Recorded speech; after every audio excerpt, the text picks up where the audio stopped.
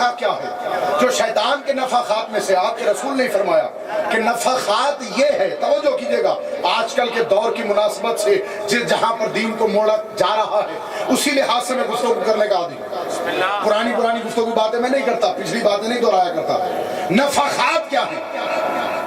رسول اللہ فرماتے ہیں نفخہ یہ ہے کہ جب کسی کے دل میں، تمہارے دلوں میں یہ بات آ جائے کہ ہم آل محمد کے علاوہ کوئی بندہ جو ہم سے کمتر ہو اس کی اطاعت کی جا سکتی ہے۔ شیعہ نے حیدر کرار سے خطاب، اگر تمہارے دلوں میں یہ بات آ جائے اور تم یہ ماننے لگو کہ آل محمد سے مرتبے میں کم بندے کو مانا جا سکتا ہے، اس کی اطاعت کی جا سکتی ہے، اس کی تقلید کی جا سکتی ہے، اس کی اتباع کی جا سکتی ہے، تو پھر تم شیطان کے نفخے کا شکار ہو گئے۔ شیطان نے اپنا بیج تم میں ڈال دیا۔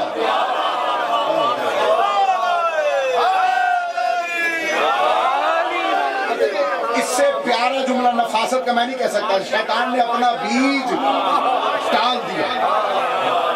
اور مولا کا فرمان بھی ہے، ابلیس خود آیا تھا میرے مولا کے پاس، ایک دن ہاتھی کے روپ میں آیا، بہت بڑا بن گیا، مجمع جتنا بیٹھا تھا ڈر گیا، اٹھ کے بھاگنے لگا، علی نے سونڈ پکڑ کے نیچے گرایا، ذوالفقار اٹھائی، کاٹنے لگا۔ ابلیس رو کے کہتا یا علی، میں تو تیرے کام کرتا پھرتا ہوں، مجھے ہی قتل کرتا۔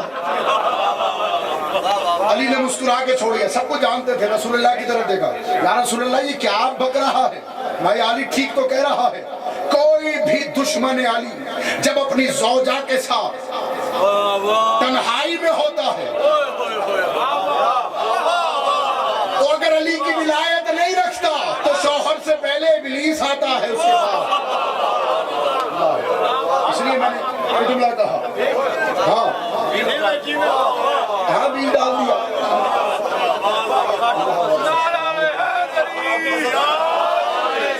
ہاں جی، اب جب جو بیج ایسا ہوگا تو فصل بھی ایسی ہوگی، کیا جانے گا۔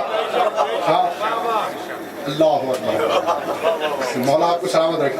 تو میں نے کیا کہا، بات بڑی مزیدار چل رہی ہے اس وقت کہ جہاں اللہ کی پھونک ہوگی وہاں پہ توحید بھی ہوگی، رسالت بھی ہوگی، ولایت بھی ہوگی، اور جہاں ان میں سے کوئی ایک شہادت کم کرے سمجھ لینا شیطان کا بیج ہے۔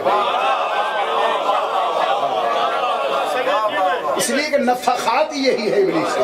اچھا بات چل پڑی تو دو باتیں اور کرتا چلو، موضوع سے ریلیٹ ہو گئی۔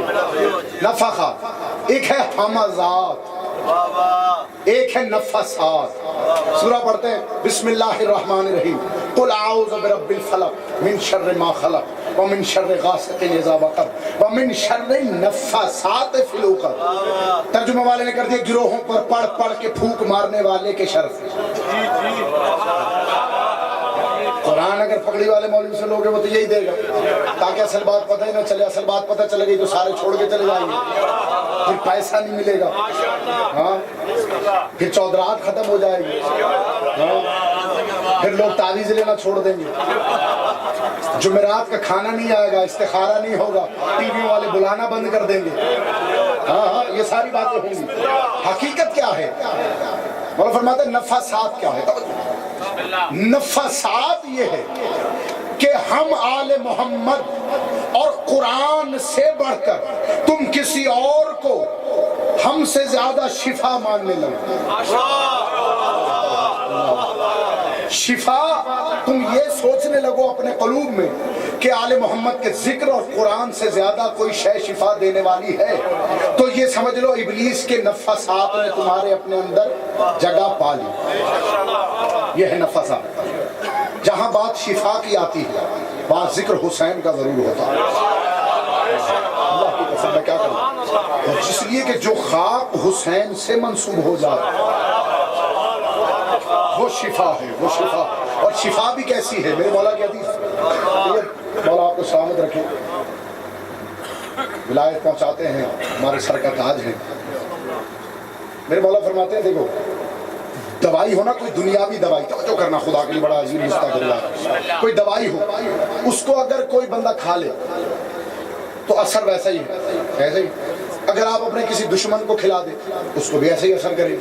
ایسے ہی ہے نا, یہ دوائی کا اصول ہے. پیناڈول لے لے, آپ کا دشمن ہو, کوئی ملعون ہو, یہودی ہو, مقصر ہو, ولایت کا منکر, پیناڈول اس کو بھی ویسے ہی اثر کرے. اس لیے کہ پیناڈول جو ہے وہ مادیات کا اثر رکھتی ہے, روحانی اثر نہیں رکھتی, روحانی اثر نہیں رکھتی. ہاں یہ دوائی کا اصول ہے مادیت والی دوائی کا. خاک شفا وہ دوائی ہے جو بدن کے لیے بھی شفا ہے, روحوں کے لیے بھی شفا. آپ کے چھٹے امام فرماتے ہیں, مولا فرماتے ہیں خاک شفا وہ شفا ہے, اگر ہمارے دوستوں میں سے کوئی کھائے شفا پائے, ہمارا دشمن کھائے تو ایسے گھلے گا جیسے پانی میں نمک گھل جاتا. بھائی جس سے ریلیٹ خاک دشمن اور دوستی کی پہچان رکھتی ہو تو اس کے ملنگوں کا مرتبہ کیا ہوگا؟ کہ ملنگوں کا مرتبہ کیا؟ علم. لوگ آج کا شور بڑا مچا ہے, فلسفہ, منطق, علم الکلام, علم الرجال, اب علم النساء رہ گیا. بھائی یہ چیزیں پڑھنا, میرے پاس پڑھے لکھے دو عربی دان حضرات موجود ہیں ماشاءاللہ, اور بھی مجمع میں ہوں گے, کیونکہ جب خطیب اور پڑھنے والے ذاکر بیٹھے ہوں تو اور زیادہ پڑھنے والے کا یہ شعور بیدار رکھ کے پڑھنا چاہیے, کیونکہ دو بھی اور بھی بیٹھے ہوئے, انہوں نے بھی پڑھا ہے, وہ بھی اہل بیت کے در سے منسوب ہے, مکتب سے منسوب. تو کیا بات کہاں پر؟ علم النساء, مولا آپ کو سنا. تو یہ سارے بھائی جہاں مسئلہ کیا ہو گیا, میں اپنی عوام کو اس شے سے باہر نکالنا چاہتا ہوں, کیونکہ ہماری ڈیوٹی ہے ولایت پہنچانا. تو ولایت سے ریلیٹڈ جتنے منصب ہیں وہ پورے ادا ہونے چاہیے. ہاں لوگوں کو خدا کی قسم علم کی تعریف ہی نہیں آتی. اب کیا بھائی قبلہ بیٹھے ہیں منبر پر, اب ان سے کیسے گفتگو کی جائے؟ وہ تو علم الکلام کے ماہر, وہ علم فلسفہ رکھتے ہیں, علم منطق رکھتے ہیں, علم الرجال رکھتے ہیں. تو تم سوال کرنے والے جاہل. مولا کا فرمان ہے سوال جو کرے وہ جواب دینے والا ویسا جواب دے جیسے اس کی عقل ہو. اگر سوال کرنے والا بڑھ چڑھ کے اپنے علم کی برتری جتائے, سمجھ لو کہ جواب دینے والا ہی سب سے بڑا جاہل ہے. اس لیے کہ سامنے والے کے معیار سماعت کو سمجھ کر جواب نہیں دے رہا. تو یہ سارے علم نہیں, یہ سارے فنون ہیں جو سیکھنے سے آتے ہیں, یہ سیکھنے سے آتے ہیں. مولا فرماتا ہے علم ایک نکتہ ہے جس کو اللہ اپنے مومن کے قلب پر نازل کرتا ہے. اور اگر کھل کر کہوں گا تو یہ کہوں گا کہ علم علی کی ولایت ہے, اللہ جس کے چاہے قلب پہ نازل کر دے. اللہ علم یہ ہے, علی کی ولایت علم ہے. اللہ فرماتے ہیں پھر یہ نقطہ ہے جو بڑھتا, یہ نقطہ ایسے بڑھتا ہے کہ بڑھتے بڑھتے پورے بدن پر چھا جاتا, پھر اس بندے کی توجہ اور مرکز ہی علی ہوتا,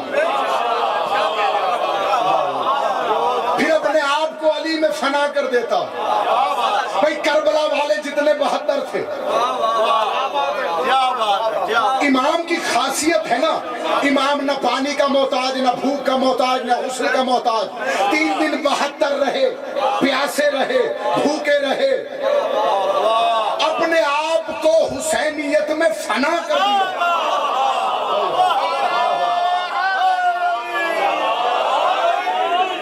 حسینیت میں فنا کرنے کا مطلب یہ ہوا کہ جو کچھ حسین میں تھا حسین نے بھیک میں انہیں بھی دے دیا. اگر حسین طاہر تھے تو یہ بھی طاہر ہو گئے, حسین عالم تھے یہ بھی عالم ہو گئے, حسین کا لہو پاکیزہ تھا ان کا بھی خاک شفا میں مل کے پاکیزہ ہو گیا. اللہ اکبر. بھائی یہی تو وجہ ہے جب کسی 11ویں امام کے لال نے آنا ہے, سروں پہ ہاتھ پھیریں گے, سروں پہ ہاتھ پھیریں گے تو ہوگا کیا؟ بچے ہوں گے, غسل کی ضرورت نہیں ہوگی. یہ ان کے ہاتھ پھیرنے کا نتیجہ ہے. جس کے سر پہ ان کا ہاتھ پھر جائے وہ یطہرکم ہو جاتا ہے. پھر یہ خود کیا ہوں گے؟ جو خدا کے لیے. تو بات تھی نفسات پر, بھولے تو نہیں ہو. نفسات کیا ہے؟ دیکھو شفا جو ہے نا, شفا ایسی شے ہے, باتیں آتی یعنی میں کیا کروں. شفا جو ہے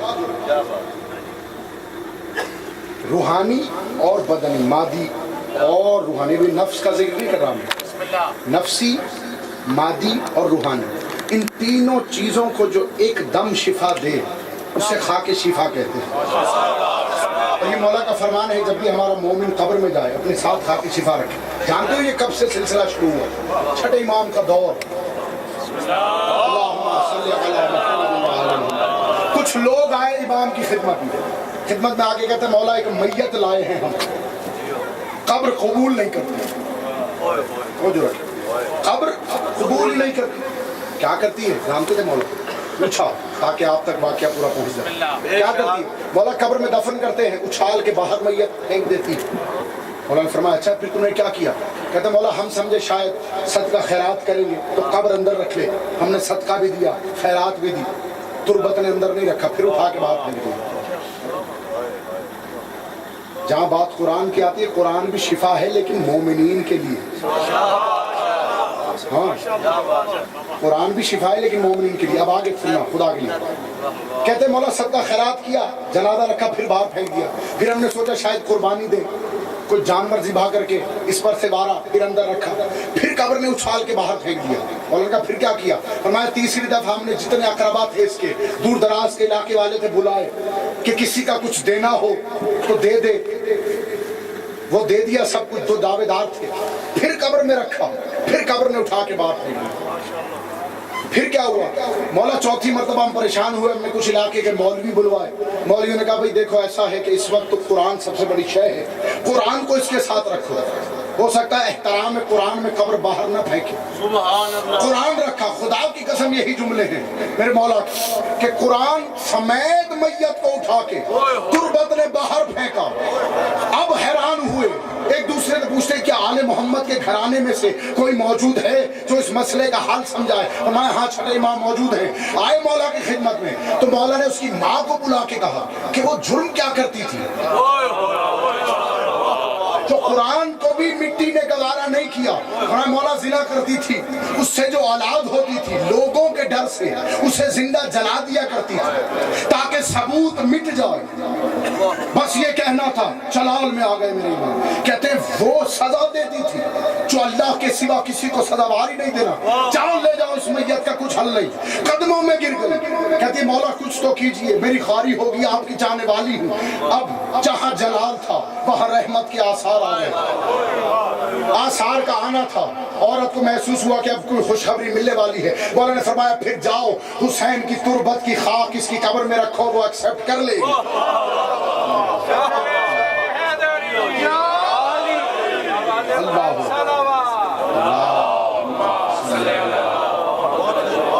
ہو سکتا ہے یہاں کوئی کن ذہن یہ سمجھے بھائی قرآن کو نہیں لیا، خاک شفا کو کیوں لے لی؟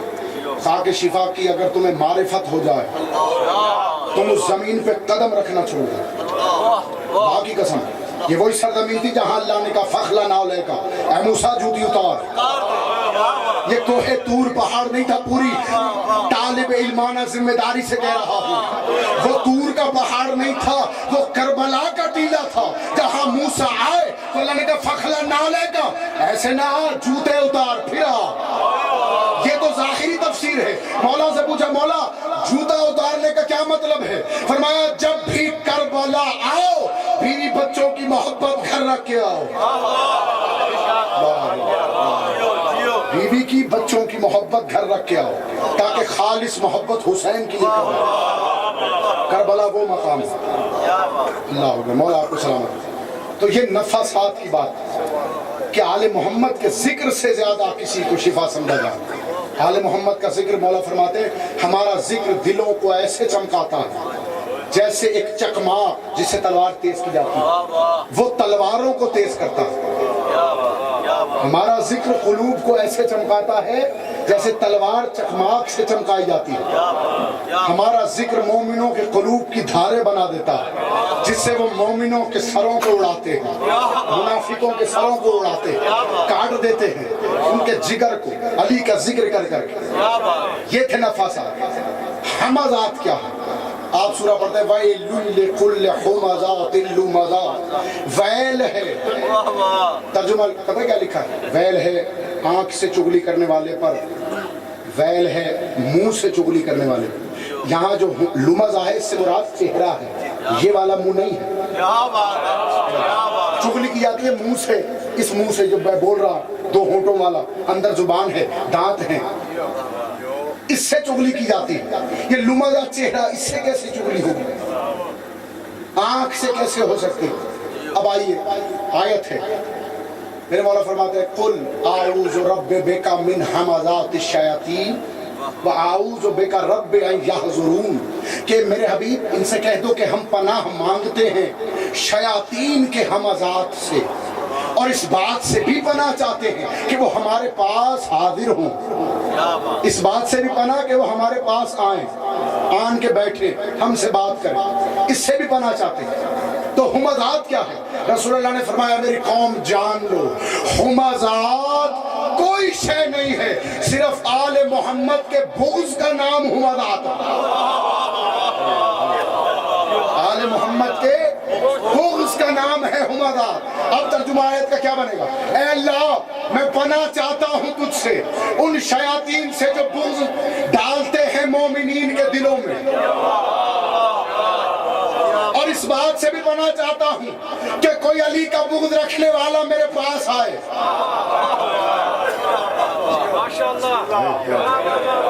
بھائی قرآن کا نظام ہے، یہ میرا نہیں ہے۔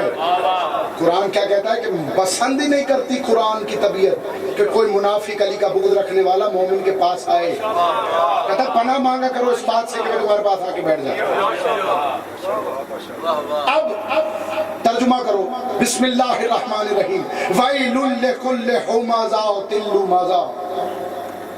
جب میں نے تحقیق کی لغت کی، لسان العرب، مجمعۃ البحرین، یہ دو کتابیں ہیں، ان کو دقیق طریقے سے اگر آپ پڑھیں تو اس میں ملے گا کہ ہمزہ کہتے ہیں آنکھ سے کسی کو کسی کے خلاف اشارہ کرنا۔ میرے نوجوان دوست یہ ہے آنکھ کی چگلی۔ بھائی یہاں پر فرض کریں بھائی بیٹھے تھے، میری کوئی بات بری لگی، ٹھیک ہے، انہوں نے دوسرے کو دیکھا اس طرح اشارہ کیا، تو یہ ہے ہمزہ، ٹھیک ہے۔ اور لمزہ کیا ہے؟ کسی کی کوئی بات ناگوار گزرے تو منہ بنا لینا، ایسا منہ بنا لینا کہ پتہ چلے پتہ نہیں اس کا کوئی مر گیا ہے، کسی کا جنازہ اٹھ گیا اس کے گھر سے، ایسا منہ بنا لینا، ٹھیک ہے۔ اور یہی وجہ ہے کہ قرآن میں اللہ کہتا ہے کہ یہ میرے حبیب اپنے کانوں میں انگلیاں ٹھوس لیتے ہیں جب تو کوئی بات کرتا۔ بھائی وہ بات کیا تھی جو کانوں میں انگلیاں ٹھوس لیتے ہیں؟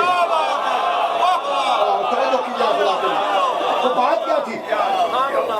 کیونکہ رسول اللہ نے اعلان کر دیا تھا کہ منافق کی پہچان ہے علی کا بغض۔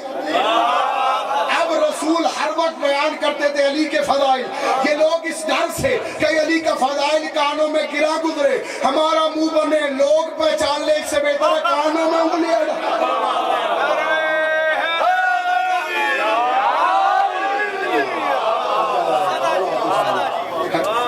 اب آئیے وَيْلٌ لِّكُلِّ ہُمَزَةٍ لُّمَزَةٍ، ویل ہے ہر آنکھ سے بغض رکھنے والے پر، ہر چہرہ بنا کے بغض رکھنے والے پر۔ اللہ، یہ ہے ہمزات کی قسم۔ اب آپ کو سمجھ آ گیا، یہ پیغام میرا پہنچ گیا نا آپ تک۔ ہمزات، لمزات، نفخات اور نفاسات۔ آج کے بعد جب قرآن پڑھیں گے، سورہ پڑھیں گے کہ نفخہ سے بچا، نفاسات سے بچا، ہمزہ سے بچا، تو آپ کو اس کی حقیقی معرفت ہوگی بھئی اس کا مطلب یہ ہے، ٹھیک ہے۔ جو آتے ہیں آگے پڑھیں، درود پڑھیں گے۔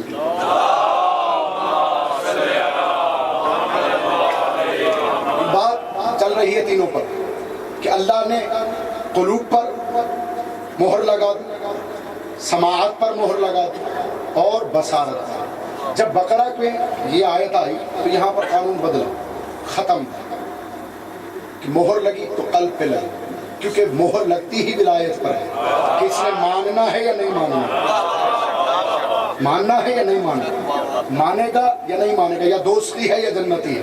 مہر جب ولایت پر لگ گئی تو اس کے بعد توحید ناقص ہو گئی، اللہ، کیونکہ ولایت اور توحید کا اصل میں لنک ہے، نبوت ہے بیچ میں برزخ، نبوت کیا ہے بیچ میں؟ بردک پہ جیسے یہ میں نے 2 انگلیاں ملائی، یہ تو درمیان میں خالی راستہ ہے، یہ نبوت ہے۔ جو 2 ملی ہوئی ہیں یہ توحید اور ولایت ہے۔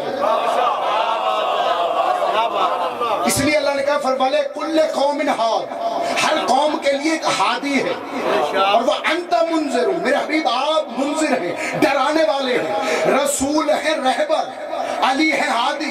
رہبر اور ہادی میں فرق کیا ہے؟ رہبر ہوتا ہے نشان بتانے والا، رہبر کون ہے؟ جو بتائے کہ تمہاری منزل ادھر ہے، اور ہادی وہ ہے جو انگلی پکڑ کے لے جائے۔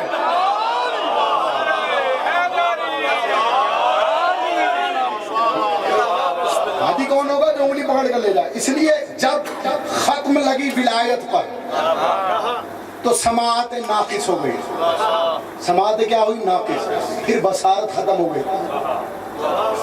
اسی لیے تو کہتے ہیں جو علی والا نہیں ہوتا اس کی سماعت ہی بیکار ہوتی ہے، پھر وہ بصارت ہی نہیں رکھتا۔ اس لیے کہ بصارت کا تعلق آنکھوں کا قلب سے بھی ہوتا ہے۔ یہ آنکھ ایک دل کی آنکھ ہوتی ہے، ایک سامنے کی آنکھ ہوتی ہے۔ کہتے ہیں نا یار تو آنکھوں کا اندھا ہے، کوئی اس آنکھ کا اندھا ہو سکتا ہے لیکن اس آنکھ کا اندھا نہ ہو۔ اگر یہاں کا اندھا ہو گیا پھر قیامت میں بھی اندھا ہی اٹھے گا۔ جو میں نے پڑھی تھی نا سورہ، یہ قلب کی جہاں بات آ گئی تو اس کو میں ساتھ دیتا چلوں۔ اللہ کہتا ہے اللتی تطلع علی الافئدہ، اللہ نے اپنی نار کے عذاب سے ڈرایا۔ اس کے بعد کہتا ہے وہ جو نار ہے نا وہ کیا کرے گی؟ وہ ڈائریکٹ دل سے پکڑ لے گا۔ اس کا پہلا لپٹ جب اٹھے گا، پہلا لپٹ جب آئے گا تو وہ قلب سے جلانا شروع کرے گا، قلب سے جلائے۔ تھک تو نہیں گئے آپ؟ ابھی وقت ہے میرے پاس، تو قلب سے جلانا شروع کر دے گی۔ پالنے والے یہ آپ کا ایسا معجزہ ہے، قلب سے جلائے گی۔ فرمایا دیکھو محبت اور بغض دونوں چیزیں ہوتی ہیں قلب کے اندر۔ دوزخ کی آگ دیکھے گی، قلب میں ولایت ہوئی تو چھوڑ دے گی، نہ ہوئی تو قلب سے جلانا شروع کرے گی۔ اور پھر دیکھو کچھ ایسے بھی گناہگار ہوں گے جو آئیں گے جہنم میں، جن کے پاس کچھ نہیں ہوگا، ہاں کچھ بھی نہیں ہوگا، لیکن امیر المومنین انہیں اپنے ساتھ جنت لے جائیں گے۔ اس کی وجہ جب ایسا ہوا کہ کچھ لوگ آئے رسول اللہ کی بارگاہ، آ کے کہتے کہ یا رسول اللہ جو معجزے موسیٰ سے ہوتے تھے، جو نوح سے ہوتے تھے، ابراہیم سے ہوتے تھے، عیسیٰ سے ہوتے تھے، وہ آپ سے بھی ہو سکتے ہیں۔ میں اس لیے تھوڑا سا ٹھہرایا تاکہ آپ توجہ کریں۔ رسول اللہ نے کہا اچھا 4 گروہ بن گئے ان کے، چوتھے گروہ کا سرغنہ ابو جہل تھا۔ چوتھے گروہ کا کون تھا؟ سرغنہ ابو جہل تھا۔ تو رسول اللہ نے امیر المومنین کی طرف دیکھا کہ یا علی ان میں سے جو پہلا گروہ ہے یہ نوح کا معجزہ چاہتا ہے کہ پانی کیسے اتنا سارا ہو گیا کہ دنیا ڈوب گئی اور سب کچھ ہو گیا۔ تو میرے مولانا نے فرمایا تو کیا حکم ہے؟ فرمایا کہ یا علی ان کو کوہ ابو قبیس پر لے جاؤ، اور جیسے اس کے پائیں کی طرف پہنچیں گے وہیں سے پانی شروع ہو جائے گا۔ وہ کہتے ہیں کہ جیسے ہی ہم پہنچے آسمان پہ بادل نہیں تھے لیکن پانی کھل گئے، زمین سے پانی ابلنا شروع ہوا۔ کہتا ہے ہم کوہ ابو قبیس پہ چڑھتے گئے، جب چڑھ گئے پانی ہمارے منہ سے بھی اوپر ہو گیا۔ اب ہم پکارے یا علی مدد کرو،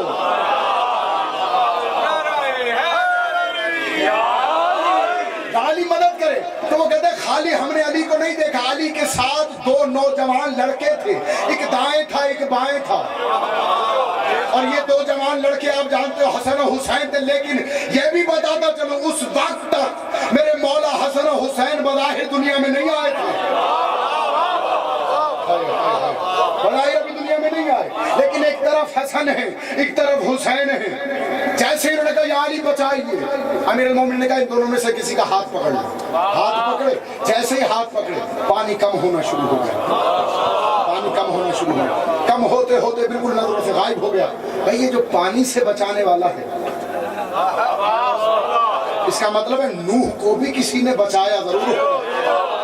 ہاں اس لیے تو نوح کی کشتی میں ایک طرف نام حسن تھا، ایک طرف حسین تھا، سامنے علی تھا، درمیان میں محمد تھا، ادھر سیدہ کا نام لکھا تھا۔ تو یہ کشتی کو پورے ناموں کے ذریعے لے کے گئے تو بچایا۔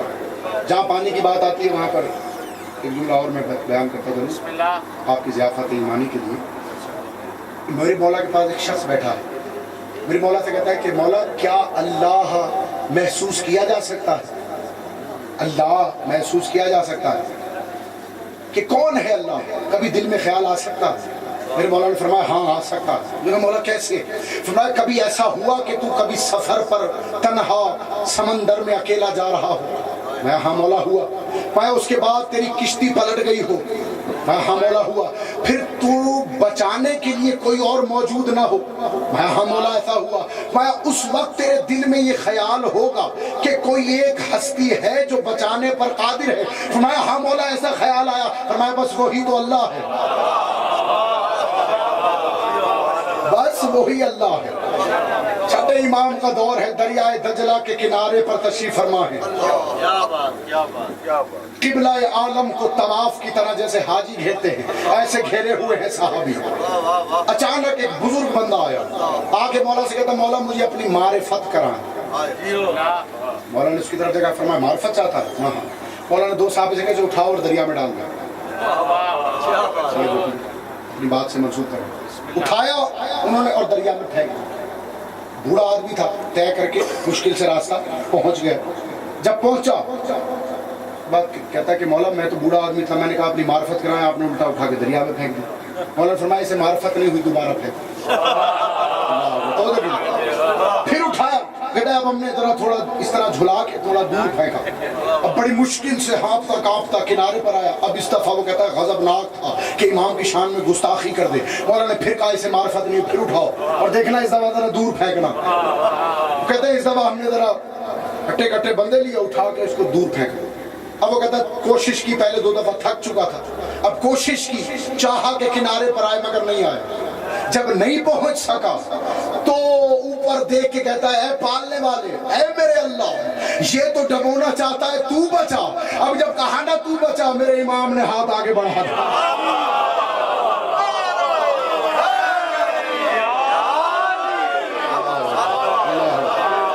امام نے ہاتھ جب آگے بڑھا دیا، اس کے بعد باہر نکال لیا، اب قدموں پہ گر گیا۔ کہتا ہے مولا معرفت ہو گئی، مولا معرفت ہو گئی، مولا معرفت ہو گئی۔ دوسرے بھی بیٹھے تھے ساتھ، جب مولا اٹھ کے گئے تو پیچھے گئے، انہوں نے کہا بھائی معرفت کیسے ہو گئی؟ کہا جب میں ڈوبنے لگا تو میں نے اللہ سے کہا یہ تو ڈبو رہا ہے، تو بچا۔ کہتا ہے اسی پالنے والے کی قسم جس نے بچایا، ہر جگہ مجھے میرا چھٹائی